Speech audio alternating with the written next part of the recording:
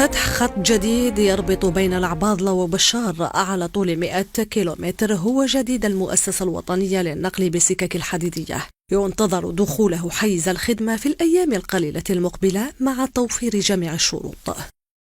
يوجد هناك الخط اللي راح نفتحوه في الأيام القليلة القادمة، وهو بشار العباضلة على طول 100 كيلومتر.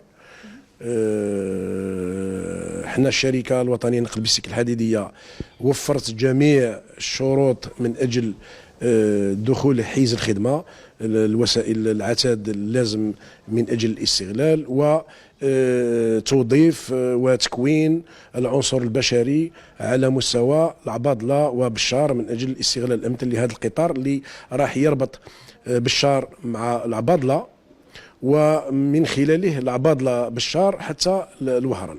من أجل الوصول إلى 100 مليون مسافر خلال سنة 2040 خصصت الدولة الجزائرية غلاف مالي قدر ب 138 مليار دينار لاقتناء عربات المسافرين من أجل توسيع شبكة السكك الحديدية خاصة في الجنوب.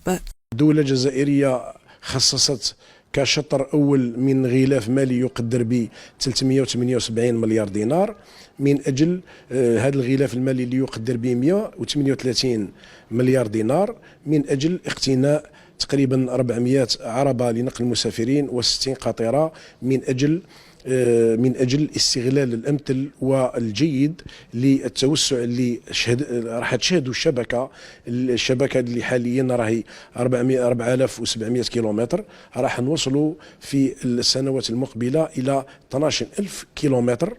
الجزائر قامت بقفزة نوعية في مجال تطوير مشاريع السكك الحديدية رغم التحديات الجغرافية، وذلك بفضل الحلول المبتكرة والمشاريع الطموحة تحت قيادة رئيس الجمهورية عبد المجيد تبون.